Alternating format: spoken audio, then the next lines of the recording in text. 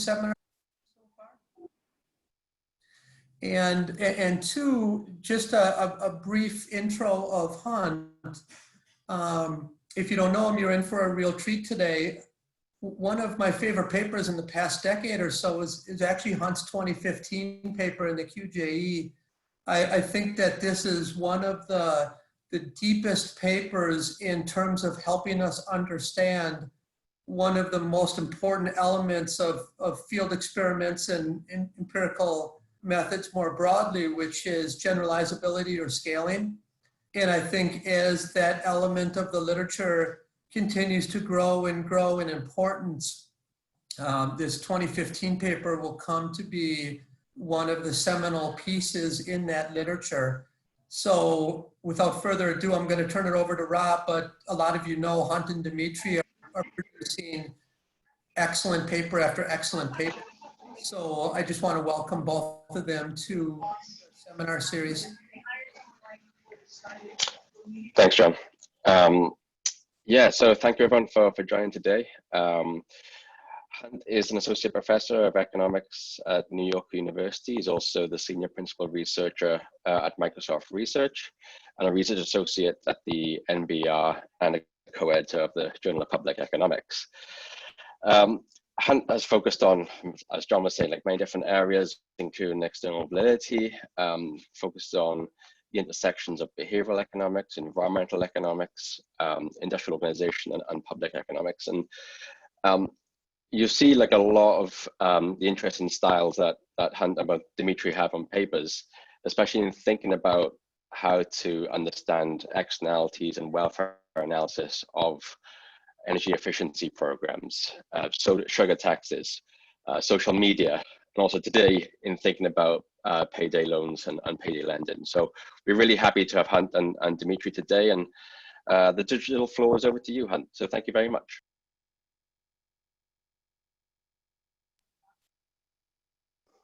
You're on mute, Hunt, sorry. Oh, you're on mute. Great, thank you so much for including me, and it's great fun to be here. And today I'm going to present a work on payday lending, as you see, which is joint with Josh Kim, who's a PhD student at Stanford, along with Dmitry Talvinsky, who's here, and John Zinman. And before I dive in, let me just start with some of the big picture. There are many policies that are motivated by concerns that consumers don't act in their own best interest or are in some sense exploited by firms. Examples might include cigarette taxes, alcohol taxes, sugary drink taxes, gambling restrictions, retirement savings incentives, seatbelt and helmet laws, consumer financial protection in various forms, energy efficiency regulations, as Rob mentioned, have a lot of this flavor, and many others.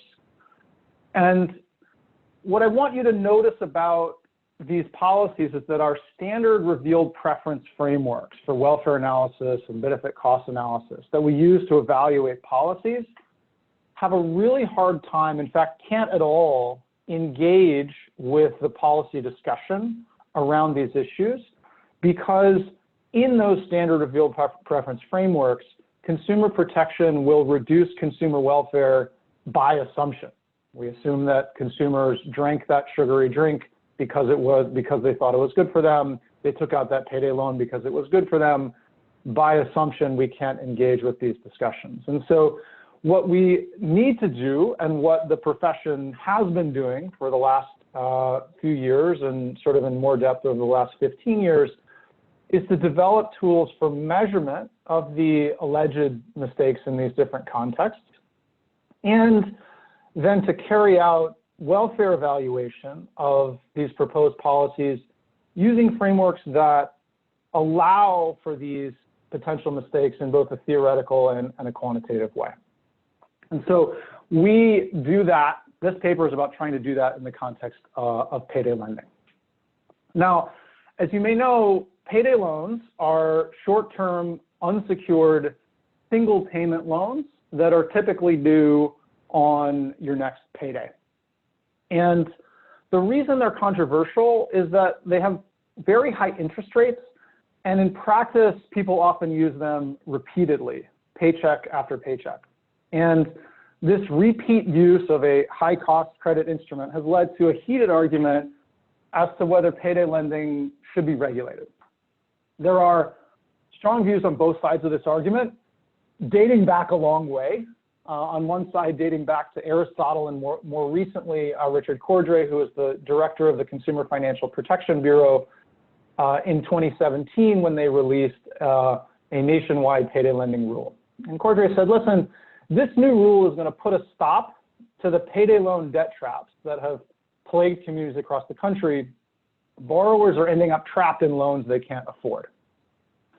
Now, there are, of course, strong arguments against this position, as articulated long ago, for example, by Bentham in Defense of Usury, but more recently by folks like the Cato Institute, who say, listen, restricting the CFPB restrictions are going to significantly reduce consumers' access to credit at the exact moments that they need it most. By revealed preference, people really need these loans and they're willing to pay high interest rates. And so the worst thing that you could do is restrict access to those opportunities.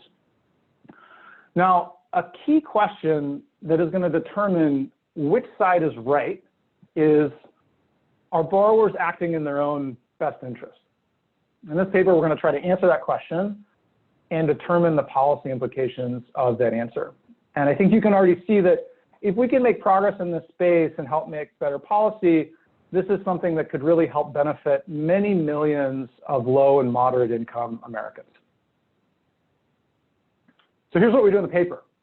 We have carried out a survey plus randomized experiment with about 1,200 borrowers from a major payday lender in the United States.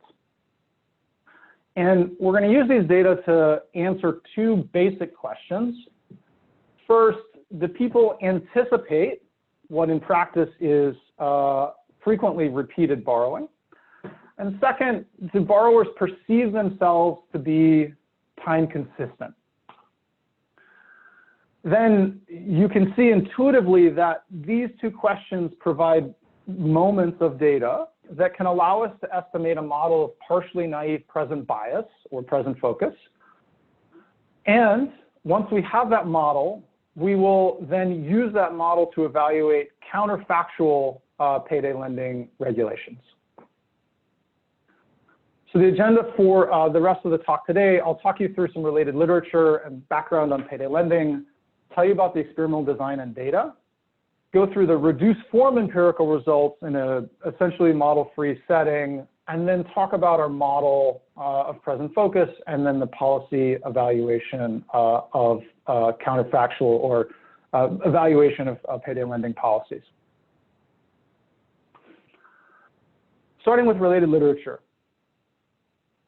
One key area of related literature that I think is really worth emphasizing and highlighting are impact evaluations of payday loan access. So these are papers that use, for example, cutoffs in credit scores that generate eligibility for payday loans, or changes in payday loan policy across states, to then use quasi-experimental designs to evaluate the impacts of payday loan access on outcomes such as bankruptcy, credit scores, use of overdraft protection, enrollment in government programs, etc. And this is a super important literature.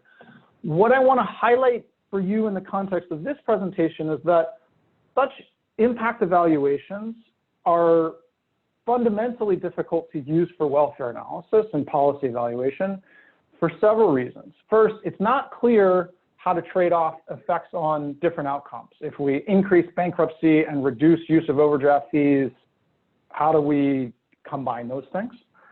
How do we consider other unmeasured but potentially welfare relevant outcomes related to the ability to smooth consumption or reduced or increased stress? And third, it's tough to think about how you use impact evaluations of access to evaluate regulations such as restrictions on repeat borrowing that might change the payday loan product instead of simply eliminating access. And so this, I think, highlights the need for papers like ours to complement this existing work by explicitly measuring bias and then doing welfare analysis of different policies. There are a number of papers that do that in other domains. I highlight a few here, some of which Dimitri and I have worked on together, and there are probably people in the seminar who have written papers in this spirit. And so here are just a smattering of those. There's a literature on information frictions among payday loan borrowers. And there's also a literature on partially naive present focus and how you would estimate that we're going to contribute to. And what I want to emphasize there is that we're going to be one of a very small number of papers that estimate both parameters of this partially naive present bias model, beta and beta hat or beta tilde in the standard notation. And we're one of the even smaller number of papers to estimate both of those parameters in a field setting as opposed to a lab setting in a place that really matters for policy. And I think one closely related paper in that space is the Skiba and Tabakman 2018 paper. Let me give you just brief background on payday lending and what you need to know to understand the rest of the paper. To get a payday loan, you show up sometimes in a storefront, although the online business is growing substantially over the last few years. You'll present proof of employment and a post-dated check for the amount of your loan, plus the interest that's going to be due. And the principal and then the interest or fee are typically going to be due on your next payday. Average loan sizes in our data are about $350, and the interest fees are about $15 per $100 borrowed. So if you were to reborrow $100 every 2 weeks for a year, you'd pay $391 in interest on that, and so that's a 391% APR. So there's several things that can happen after you take out a payday loan. You can repay and not be in debt through your next payday after that. And that happens in about 22% of cases, depending on the data set that you look at. You can reborrow, by which in our context, we're going to mean typically that you come and repay the full principal and interest, but then immediately while in the store, reborrow that same principal into the next, for your next pay cycle. That happens in about 75% of cases in a typical data set. There's one thing here that I want to highlight, which is that 68% of subsequent loans are for the same amount as the previous loan. And we talk about this more in the paper.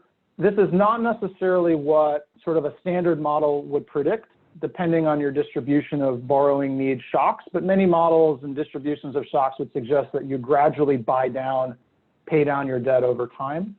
So this is an interesting issue that we're exploring in separate work, or we're hoping to explore in separate work. What I want to emphasize here is that this fact that people typically either reborrow the exact same amount or don't reborrow can be used to substantially simplify the model, and you'll see that we do that in the modeling section of the paper. The third thing that can happen is that you default, which means that you don't come into the storefront to repay in person, and then when they try to cash your post-dated check, that check bounces. And that happens in about 3% of cases, and in that case, the lender is typically not selling this debt externally. They're trying to work with the borrowers to get repayment as quickly as possible. There's another thing that's crucial to highlight about this market, which is that the fee structure is very transparent. So here's an example from an online lender where they show here's the amount that you could borrow, and for every amount, here's the fee you pay, and represent that as an APR. And this is in every storefront that I've been in, you have a similar thing. And so you have a similar fee sheet. That means that this market is, I think, in our view, not best thought of as a shrouded attribute type market, but instead that if there's any consumer exploitation happening or any mistakes happening, it's not about misunderstanding the fee structure. It's more likely about present focus and naivete driving potentially unexpected overborrowing relative to your long-run preferences. And so for that reason, that's what we'll focus on in the rest of the paper. Let me tell you about the experimental design. So we partnered with a large nationwide lender. There are several of them. And we negotiated access to the statewide lending database in Indiana, and that's going to give us information for each borrower in our sample on whether they borrowed not just from our lender, but from any other lender, registered lender in the state. That's why we worked in Indiana.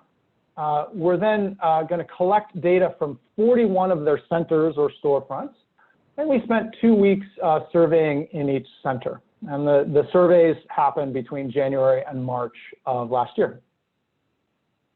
So this is sort of what the environment looks like. This is the inside of one of their stores, and a gentleman who has just taken out a payday loan, and he's working on one of our iPads, taking the survey that we are delivering to him.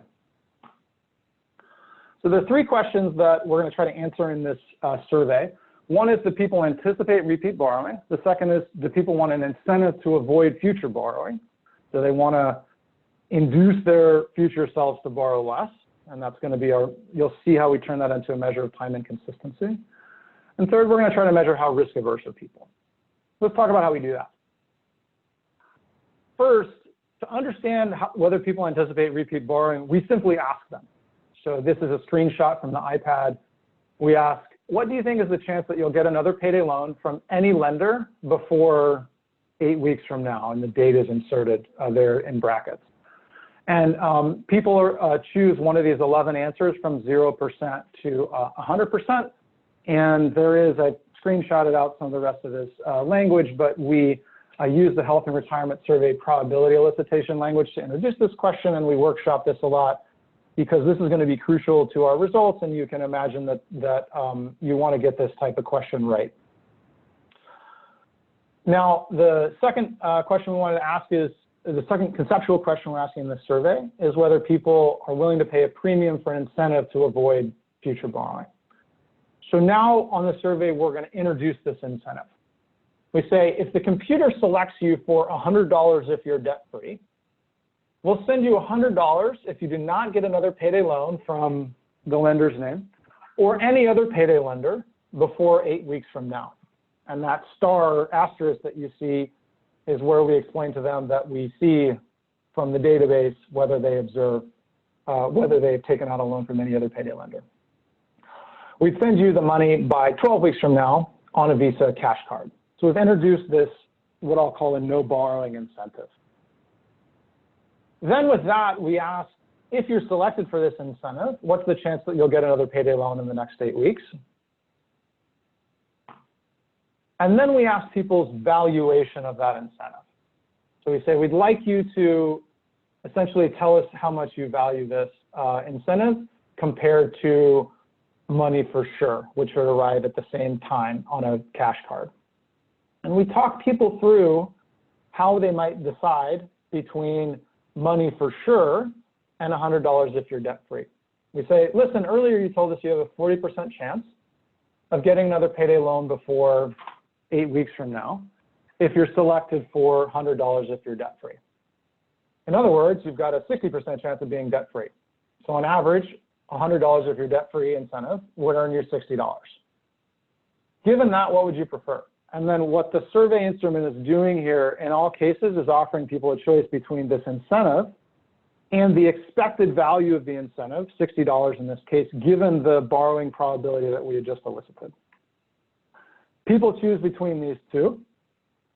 And then we use iterative questions to determine their willingness to pay between, in a bound between $10, so within a $10 range.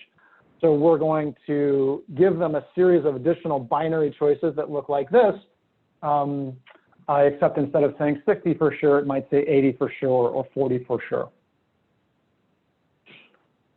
The final question we want is, we want to know how risk averse people are.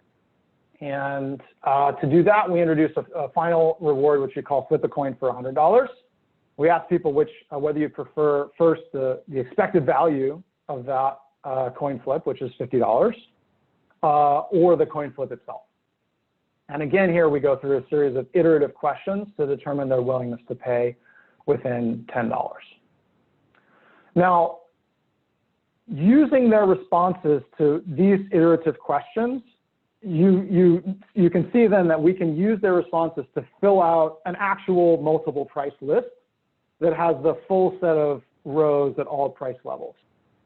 We're then, to make this incentive compatible, going to choose one of those rows, and for a randomly selected subset of people, give them what they chose in that row. And we explained a simple version of that to people in the survey so that they know it's incentive compatible. We finally asked some qualitative questions at the end of the survey that I'll tell you about later.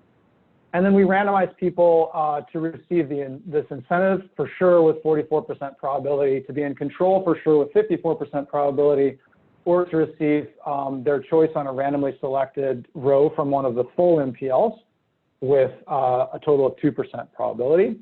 And then at the end of the survey, we told people what treatment group they've been assigned to, and we remind them of that a couple times over the next 8 weeks.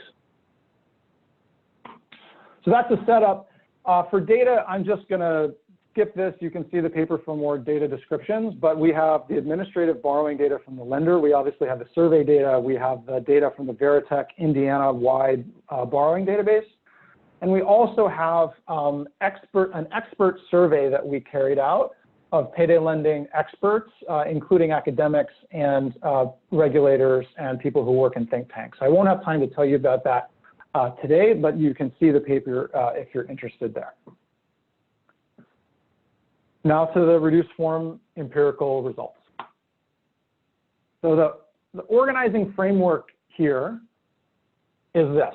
I've got demand for payday lending with basically a price on the y-axis, what your debt is if you were to borrow, and your borrowing probability on the x-axis.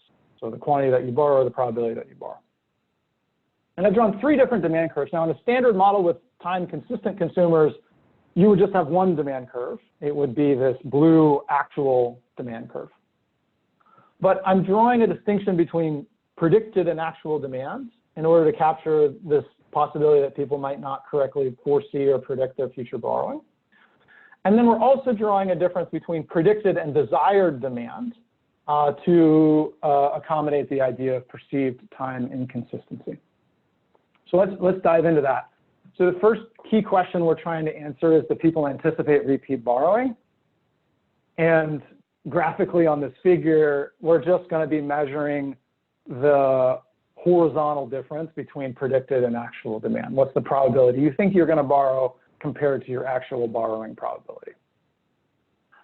This is our key result on average. People borrow only slightly more than expected. So the y-axis here is borrowing probability. And on the left, you see the average predicted borrowing probability across the sample as elicited in that first question without the incentive. And on the right, you see the actual borrowing probability in the randomly assigned control group. And you can see that people are off by about 4 percentage points. But this is quantitatively small compared to, this is in some senses quantitatively small in a sense that we'll see later on.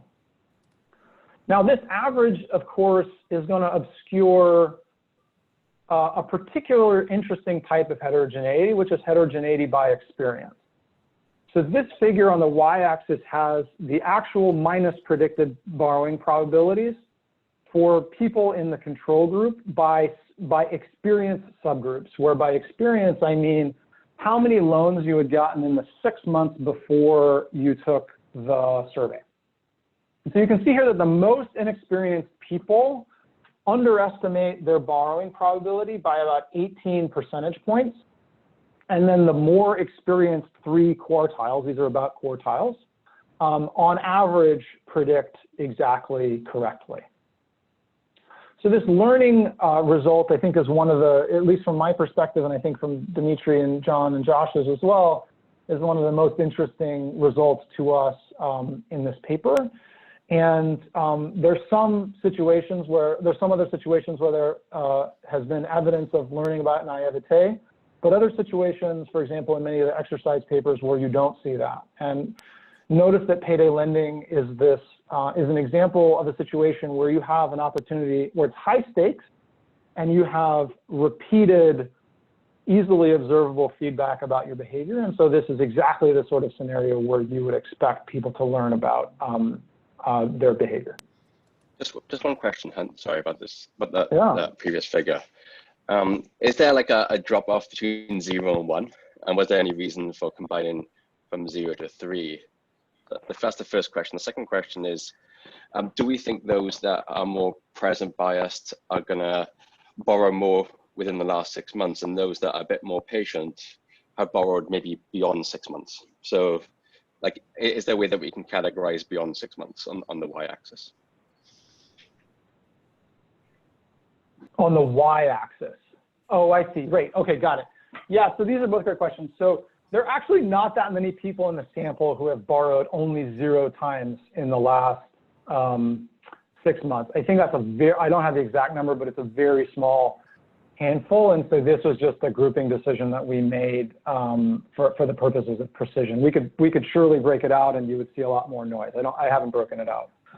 You know, in terms of forecasting over not just the next 8 weeks, but over the next, 3 months or 6 months, that's not a question that we asked. I think it's very interesting, and we considered asking it.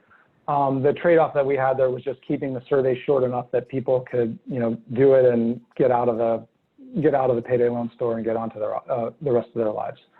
So that was the issue there. Hunt, quick follow-up question on that figure. Yeah. What can you tell us about treatment versus selection? Nothing. This is purely cross-sectional. The interpretation I just gave to it was implicit. Well, as I read it, I was literally. No, you implicitly just told us it was treatment, and I don't know how that, given you don't have randomization around this, how you could say something structural. But I thought you might have had data that you weren't telling us about, but.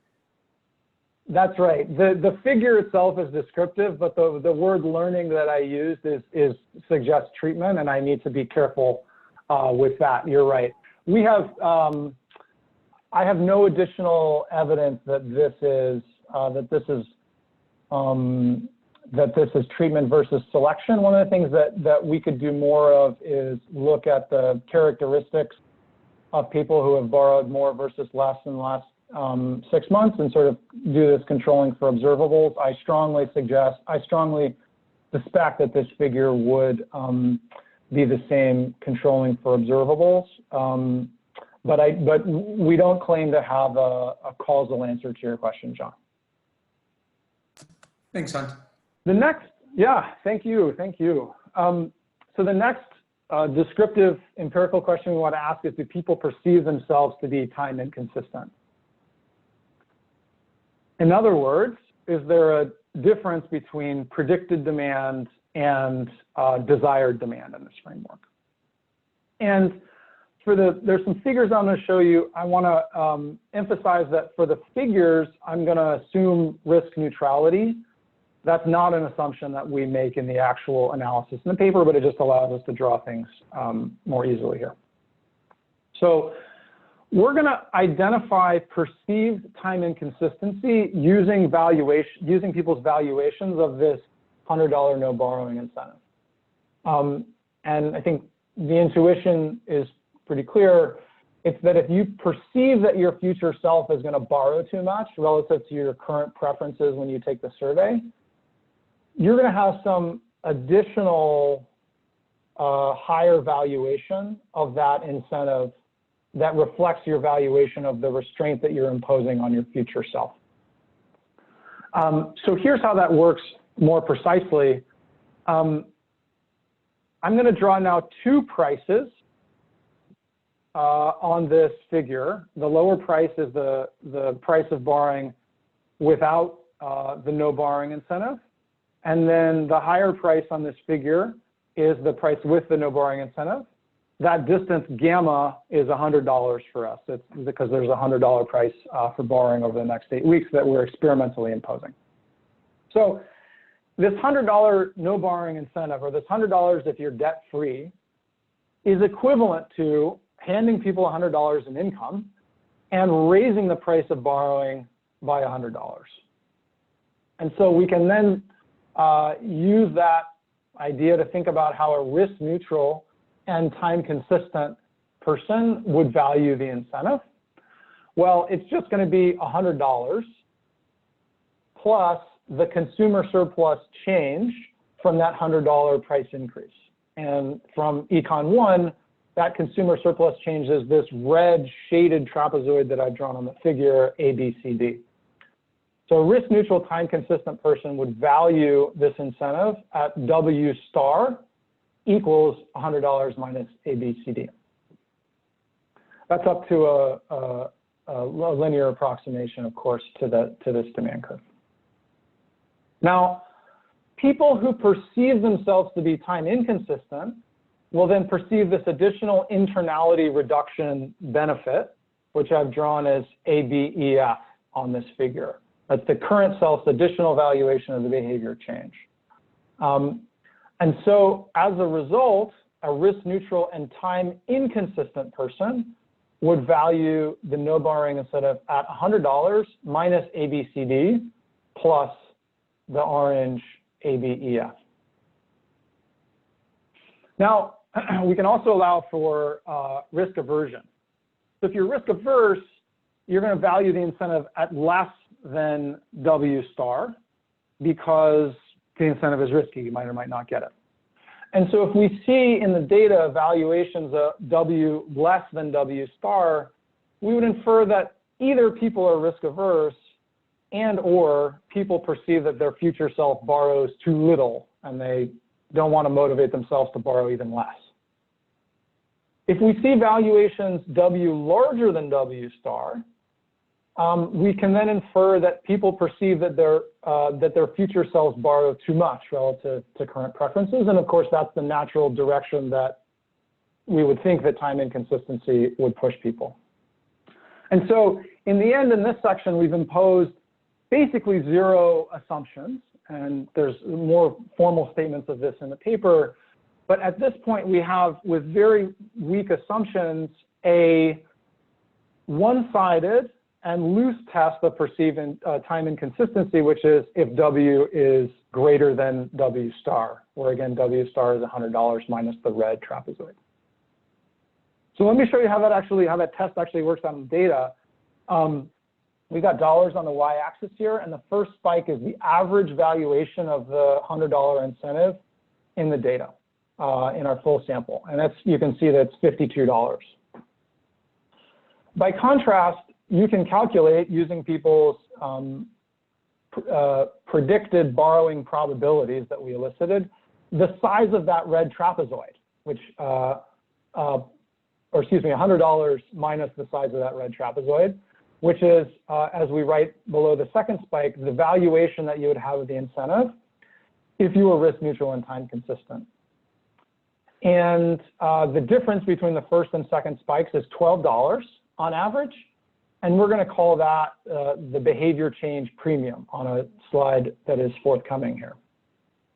And so per the argument on the previous slide, this is evidence that people are overvaluing, in a sense, the incentive relative to how much they would if they were risk neutral and time consistent by about a 30% or $12 margin. And we're going to use this to then infer that people would like to restrict their future selves behavior. Now, the third spike shows the average valuation of that $100 coin flip reward across the full sample. The certainty equivalent is $42 for something that has expected value of 50. So that tells us that people are indeed risk averse. And so this 12% behavior change premium that we see in a difference between the first two spikes is going to be an underestimate of how much people are actually willing to pay for their behavior change once you correct for the risk aversion.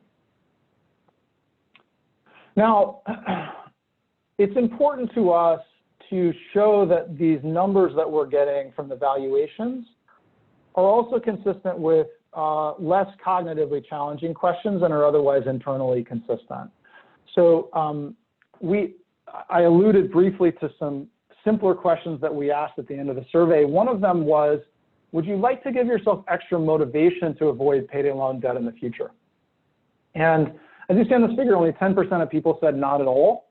And about over 50% of people said, I would very much like to give myself motivation to avoid payday loan debt. So this is an unincentivized qualitative question, but it's consistent with our quantitative results. You can also correlate people's responses to this question with their quantitative behavior change premium, which is what we do on this slide. And people who say that they very much want motivation to avoid borrowing do indeed, as you see here, have higher behavior change premia than people who don't want motivation to avoid repeat borrowing. And there are other exercises like this that we do in the paper. So let me now build on this intuition to talk about our partially naive present focus model. By present focus, we're going to specifically implement that as beta delta preferences using the standard form that I'm putting up here.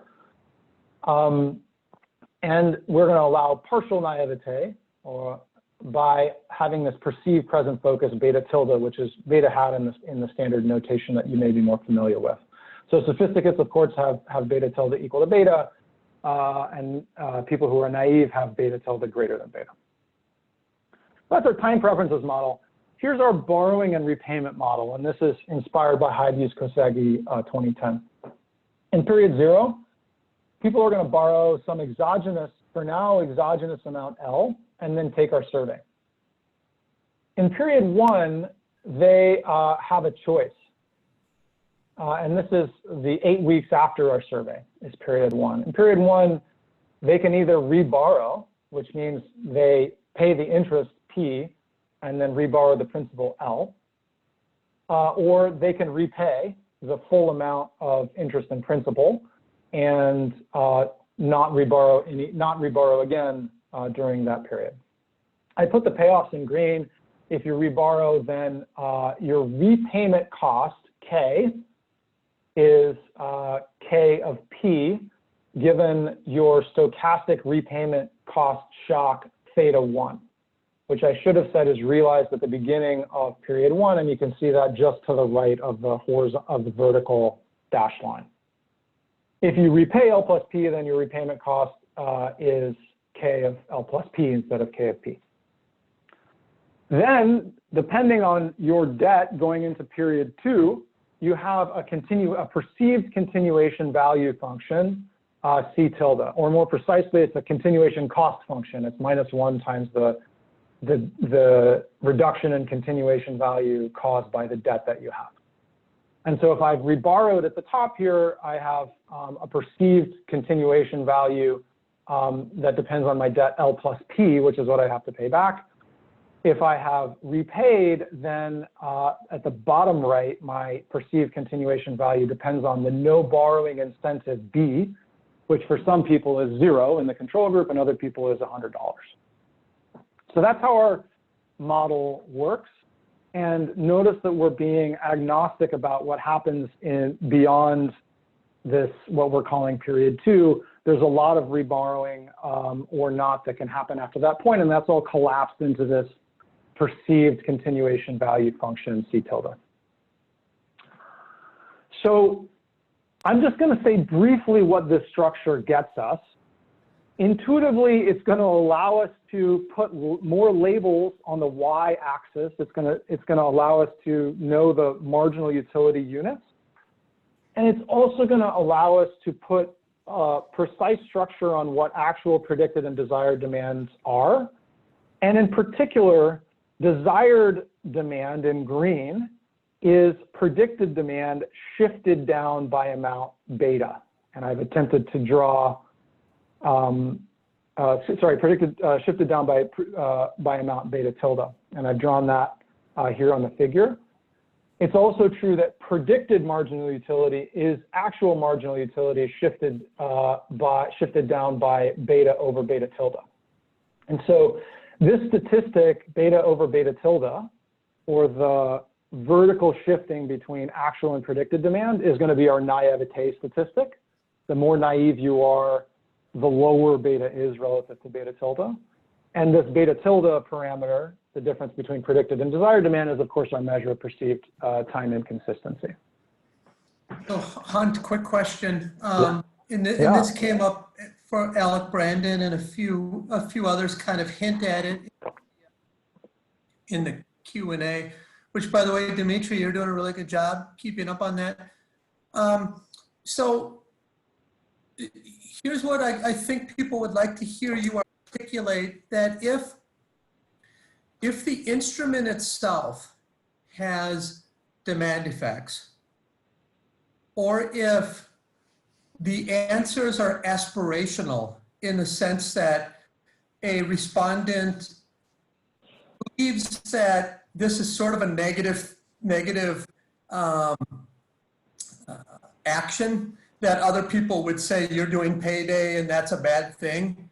If your forecasts are aspirational, or if the survey is asking questions in a way that you want to send, it's partly experimental demand effect. It's also partly sending a signal of who I want to be or who I want to represent myself as. Do these kinds of responses play an important role in terms of predicted demand or desired demand, or what you're calling naivete, but they might be masquerading as something else when people are asking or being asked these questions and answering them? Yeah, these are great questions and important questions. So to reduce demand effects as much as possible, we did take steps to share with people that we were not going to share their survey answers with the lender. So that is one step that we could take, but that is only an incomplete answer to your question. For our point estimates, we do require the assumption that people on average reported people have reported an unbiased or on average estimate of their true perceived probabilities of borrowing in the control condition. And when we think about aspirational reporting or things like that, we talked briefly in the paper about the sign of the effect that would generate. And notice that aspirational reporting, which could cause people to underestimate their probability of borrowing, that basically would bias us against finding much more would bias us towards finding lots of naivete, whereas in practice we don't find much. And so I think the sign of that potential story is useful, is important to our argument. But we talk about that more in the paper, and it's important. Okay, good. Thank you. Great, so let me just briefly say, in the interest of time, I'm only going to briefly share with you then how we identify naivete. I showed you before this figure, and I showed you the vertical distance between the actual and predicted demand, right? I showed you the misprediction and probability unit. And all we need to do, notice that I told you before that actual and predicted demand are connected by this beta over beta tilde ratio. All we need to do is take the misprediction that we observed in quantity units and normalize it by the slope of predicted demand, which we easily observe from the survey. And from there, we can go to beta over beta tilde. So intuitively, the misprediction that I showed you before is exactly what's going to identify naivete. Same thing with perceived present focus. I don't have time to go through the math of how exactly this is going to work, but it should be, I hope it's intuitive at this point. Predicted and desired demand are distinguished by this beta tilde parameter that we just talked about. And the intuition is that higher valuation of the incentive, controlling for that red trapezoid ABCD, implies that I have a larger internality reduction perceived benefit, the orange trapezoid ABEF. And from that, I infer that people have a lower perceived beta or a lower beta tilde. And so we lay that out more formally in figures, and then more formally mathematically in the paper. Having shared with you sort of the intuition for how these parameters are estimated, I'm not going to go through the details of the estimation procedure. I'll just show you briefly our parameter estimates. And I want you to focus on the first 5 rows, which are the full sample, at different values of alpha, which are assumptions about curvature. Our highest curvature assumption is what we take from our $100 coin flip. And alpha, just to be clear, is the CARA parameter. We use that as one measure of risk aversion, and we can try alternative versions of alpha all the way down to no risk aversion, which is what I was imposing to show you the graphical version. So our estimated naivete statistics in column 1 here, you can see range from 0.95 to 0.98. So these are people who on average are very close to fully sophisticated. And then in column 2, we have the beta tilde statistics, which are identified from the behavior change premium that I showed you before. And as you might expect from the figures that showed people have a high behavior change premium, they're willing to pay a lot for this incentive. The beta tilde is substantially less than 1, ranging from 0.76 to 0.87, depending on the assumption about alpha. And using those, of course, you can back out an estimate of the present focus parameter beta, which is what you see in column 3. So those are our estimates of the present focus model. Now we can talk, and I'll just take a few minutes to give you the highlights of the policy evaluation. There are 3 common payday lending regulations in US states. The first is a payday loan ban, and I say ban in quotes because it's actually a low interest rate cap, typically 36% per year, that in practice makes payday lending unprofitable, and so payday lenders exit. And so there are 18 states, it's the states in blue here, at last count that quote unquote ban payday lending. A second policy we consider is a rollover restriction, basically a requirement that after you've taken out 3 consecutive loans, say, in 3 consecutive of your paydays, you have to wait, for example, 30 days to take out another loan. And finally, a loan size cap, which is just a restriction on the maximum loan size that you can take out. To model this, we extend the model that I showed you earlier to put more structure on various aspects. So let me tell you how this actually works. It's the same as before, except first the periods are renumbered. So the t equals 1, 2, 3, 4, etc. could be any periods of the model in the previous section. Second, you can see at the left that we're now endogenizing the initial amount borrowed, L, and I can choose to not borrow, I can borrow any continuous amount up to the loan size cap, L over bar. The benefit I get from that is U of L with some shock nu. Then in period 1, as before, I receive my stochastic repayment cost shock, and I can reborrow or repay as before. But now there's a default. There's a possibility to default on my loan, which gives me a payoff of negative chi. The final change, in addition to adding default and endogenizing the loan amount, is that this is going to be now effectively an optimal stopping model where I'm going to repeat what I've drawn as period 1 in periods 2, 3, 4, etc., for possibly infinite horizon or a finite horizon game. And this, in effect, is putting structure on that continuation value function C tilde that we introduced earlier. So what's going to happen here, just the core economics of what happens in period 0. The borrower is going to set her loan size at L star to equate the marginal benefits and the marginal costs of borrowing. So let me show you what that is on the figure.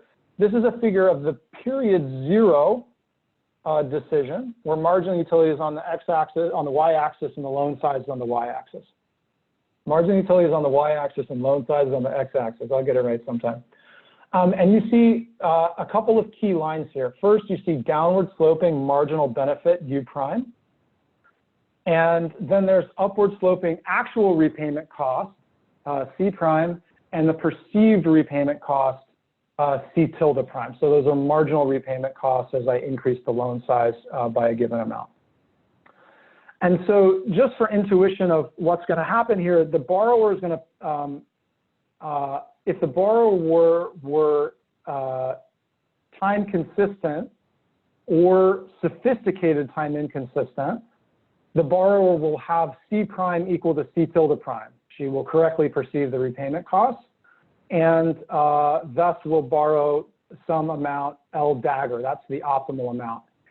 Any misperception of those repayment costs, in other words, extending L star out from L dagger on the x-axis, is going to generate this overborrowing welfare loss triangle L.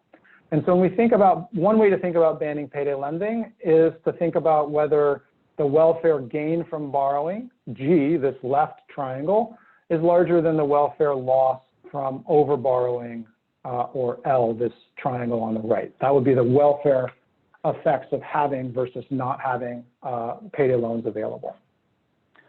And so just to wrap this up, what we do is some simulations where, as you might imagine, we impose some functional forms on the reborrowing benefit U, the repayment cost K, and the default cost. And then we calibrate these functional forms to match moments of the data, including the probability of reborrowing, the probability of default, and the loan size distribution observed in the data. Then using those calibrations, we can simulate the policies that I shared with you before, which are imposing a tighter loan size cap, imposing a rollover restriction, and imposing a higher fee on borrowing, which is another way to think about what a ban on payday lending would do. Instead of eliminating all high-cost borrowing, it just forces people to go to an even higher interest rate source of high-cost borrowing. I'm just going to give you the intuition for this table. We're exploring different scenarios for the beta and beta tilde parameters in the different rows, and then presenting the welfare effects of the different regulations in the cells at the right. The key result here that I want you to see, or that I want you to intuit as you read the paper, is that loan size caps are going to reduce welfare. All the numbers in column 2 are lower than the numbers in column 1. But a rollover restriction can increase welfare. The numbers in column 3 are higher than the numbers in column 1. Because intuitively, the restriction on repeat borrowing forces faster repayment, which is more in line with the borrower's long-run preferences. So those are our key results of the welfare counterfactual simulations. Let me conclude. As I showed you, people mostly anticipate their repeat borrowing, and people learn, the data suggests correlationally that people learn with experience, and that's sort of consistent with what you'd expect in a high-stakes environment with repeated actions and clear feedback. People perceive themselves to be time inconsistent as measured by their valuations of the no borrowing incentive. The policy implications in the context of our model are that given the absence of persistent naivete, a ban on payday loans is going to harm consumers. In that figure, G tends to be larger than L, in fact, much larger.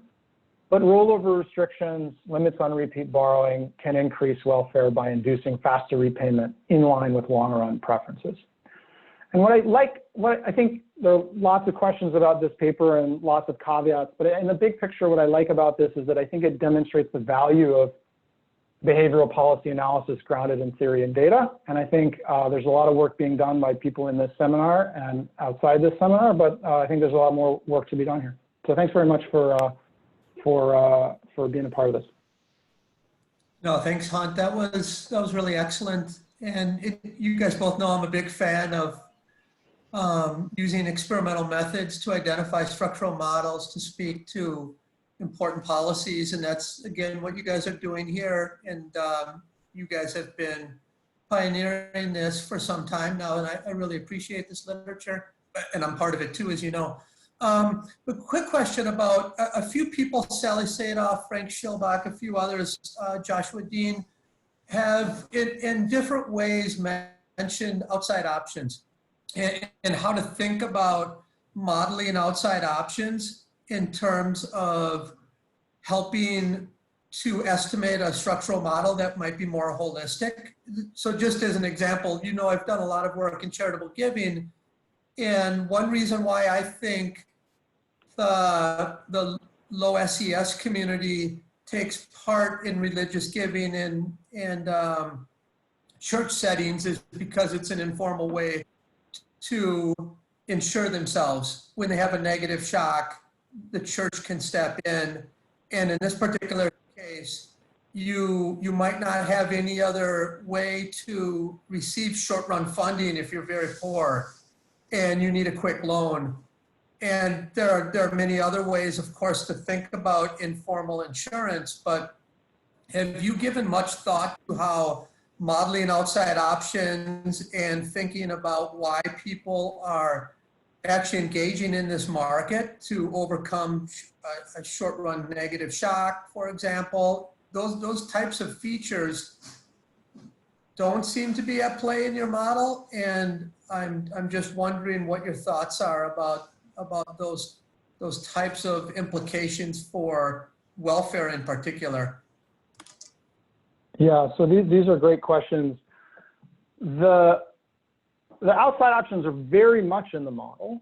And the reason they're in the model is that they're reflected in the demand curve, right? So as with any good, the elasticity of demand tells us how easy it is for people to substitute from one good to any of their outside options. And it's a nice way of, encapsulating those issues. And so the outside options are very much in this model. I haven't read the specific questions, so there may be other issues there, but in the big picture, that's how we think about the outside option. I will add one other thing. Yeah, let me jump in, Hunt. I think what people are referring more to is when you start to make regulatory changes or curb things like Payday, that should change the outside option set. And you're talking about policy implications. And what I think where people are going is that then you're not modeling the general equilibrium effects. I think that's. Yes, and that's totally fair. Like many papers, we're going to evaluate payday lending policies in partial equilibrium, holding other policies constant. I think that's an important thing to point out. I will say there is a notion of the outside option that a lot of people have brought up that I think is super important that I just want to emphasize.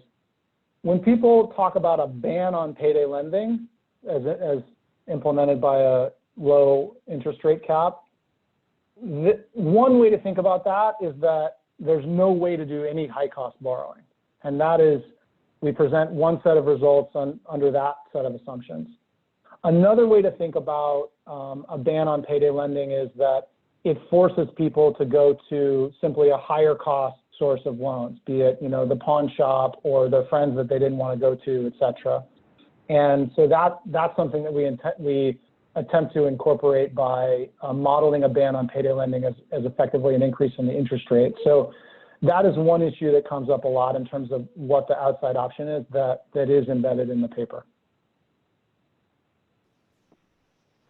Great, thanks, Hunt, and thanks, Dimitri, for answering all of the Q&A questions. Very helpful for John and I. Just one final question for you, wrap up, Hunt. It'll be, what do you think should the responses of the lenders be based on your findings? So are they profit maximizing right now based on finding that most of these lenders are sophisticated, or do you think that they should be changing the prices somewhat to maximize profit? That's a really interesting question, and one that I think our paper we don't have much data that speaks to whether lenders are profit maximizing here. And I think, so that's just not something that we've thought about carefully. Got it. Cool. Thanks. Can I just quickly add? I mean, they don't have that much scope to change much because there are interest rate caps and their profit margins are very low already. So basically the lenders are in a competitive market equilibrium where there isn't actually that much room to move stuff around under the current regulatory environment, which is an important caveat. Got it. Cool. Yeah, I want to say that, so I think this could be a record, 23 questions answered in writing, which is really wonderful. I think this is a great model for, so David, Riley, you're exactly right. And David, I appreciate your activity on there. I just checked it. It's really nice. So I want to close this. Again, Hunt and Dimitri is wonderful. Really great stuff, really great presentation. And I want to thank everyone for joining. Everyone stay safe and healthy. I look forward to hearing from you next week. And Rob, go ahead. Who do we have next week?